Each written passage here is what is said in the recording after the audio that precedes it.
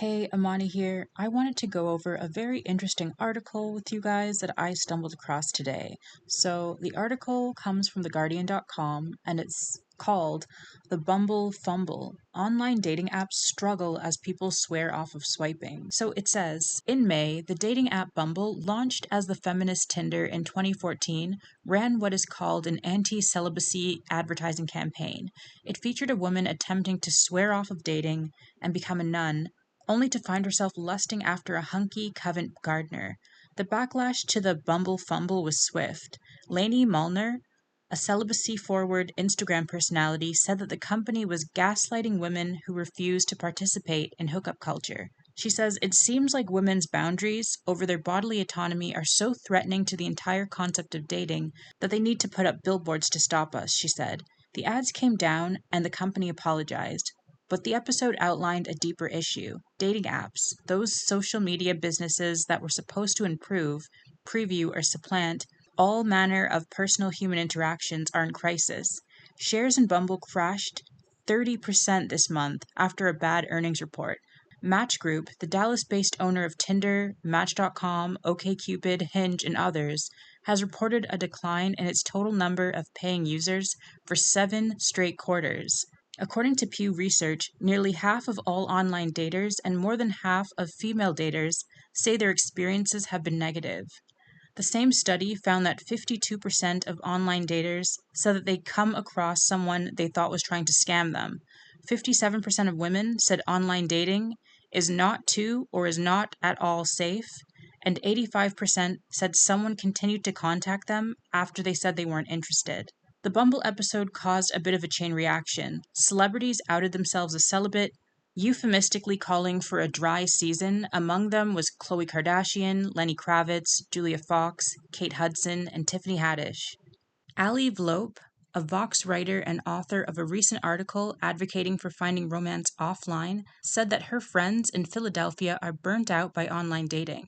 She says people are sensing that it has become so impersonal and such a numbers game that people feel there are infinite options out there. We're not really nice to people on these apps anymore. People are looking for organic ways to meet each other. At least in person, you can tell them, hey, I'm not interested. But online, you feel like you have no control on the other side, and they have the means to contact you. That's kind of scary. The article continues on, but it is a bit long, so I'll leave it in the description if you want to read the rest for yourself. But basically, I just thought it was pretty interesting how large of a hit the dating app industry has taken, thanks to so many women who are opting out of them.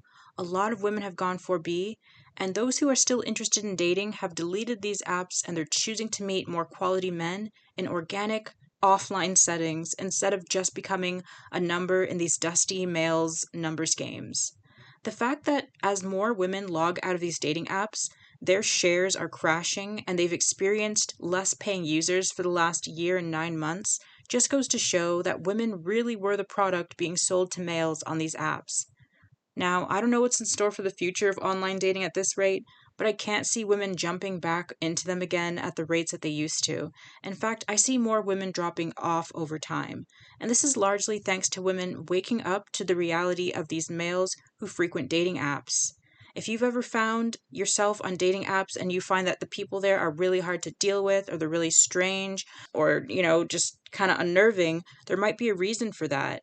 A team of researchers at Johannes Kepler University, Austria, actually found that people who use dating apps are more likely to possess dark personality triad traits like narcissism and Machiavellianism than they are to have traits like openness or agreeableness. So there are some there are some strange people on the internet. You're not imagining it. YouGov, British international internet based market research firm, found also that 17% of people who are currently on online dating apps or websites are there partly to cheat on their significant others. That's more than 1 in 6. So, statistically, if you're swiping 6 times, one of those potential matches is going to be a cheater. And while there are some amazing relationships that have resulted from online dating, I'll never, deny that. The truth is that they are not easy to find. Studies have shown that 50% of women's likes or swipes went to just 15% of the males on these apps. And keep in mind that heterosexual men represent more than 60% of dating app users. So the competition is fierce. It is. I don't think things will get better for dating apps until and unless males become better people. That's it. They have to make wanting to be in relationships with them more appealing. And I don't think there's anything that the dating app companies can say, do, or advertise to women to make them want to rejoin these apps unless or until that happens. Males just need to become better people, plain and simple, period. And this actually reminds me of a male dating coach who also said that men are the problem. And I'll actually play a video right now where a TikTok user quotes him. A male dating coach who works with men has come out and said men are in fact the problem. It was in reply to this person's tweet that said 80% of single men are no longer interested in dating. They're not even trying. Why is this the case? Men only. So all the men replied and gave their thoughts on it. And this guy's response is incredible. He starts off by saying, putting the economic issues of late capitalism aside, which is definitely a factor because everyone is broke and burnt out, many men who aren't that affected by this are deeply disillusioned by dating because they've been indoctrinated into the manosphere way of thinking about women. Many are angry, I'm seeing that in my comments massively, miserable and blame women and the woke mind virus on their dating woes, not realising they've lost or just never developed the ability to connect with people, including women, on a non-superficial level. Every relationship for them is transactional in nature. When you are constantly focused on the transactional nature of a relationship, you will be miserable and you will become burnt out. They see no joy in meeting new people and bringing new women into their lives. That is the saddest part. He says, my own life is made richer with every new connection I make, whether it's platonic, romantic, or sexual in nature. Every new woman I meet has the potential to enrich and bring joy into my life. I meet new women every day, and many become friends and confidants. Many others become romantic and sexual partners. Men who cannot see the value in this are the ones who constantly complain about the male loneliness epidemic and have no female friends, and then they wonder why dating sucks. If dating makes you feel miserable as a guy, that is 90% a skill issue and 10% a possible logistics issue. We actually have it a lot easier than women do on this front because we're expected to make the first move. This means we only have to date women we're crazy about, as opposed to women who have to filter out lots of crappy men before they get to the gold ones. There are better ways to date as a man, and the men in the replies haven't learned how to do it yet, so they end up spending all their time in manosphere bitching circles. It then creates a negative feedback loop. When they hear other men bitch about women, it validates their flawed worldview and they become more entrenched in their resentment of women. It then becomes a self-fulfilling prophecy because who wants to date a guy who deeply resents them? And that is what I'm seeing from the men in these comments, is they resent women.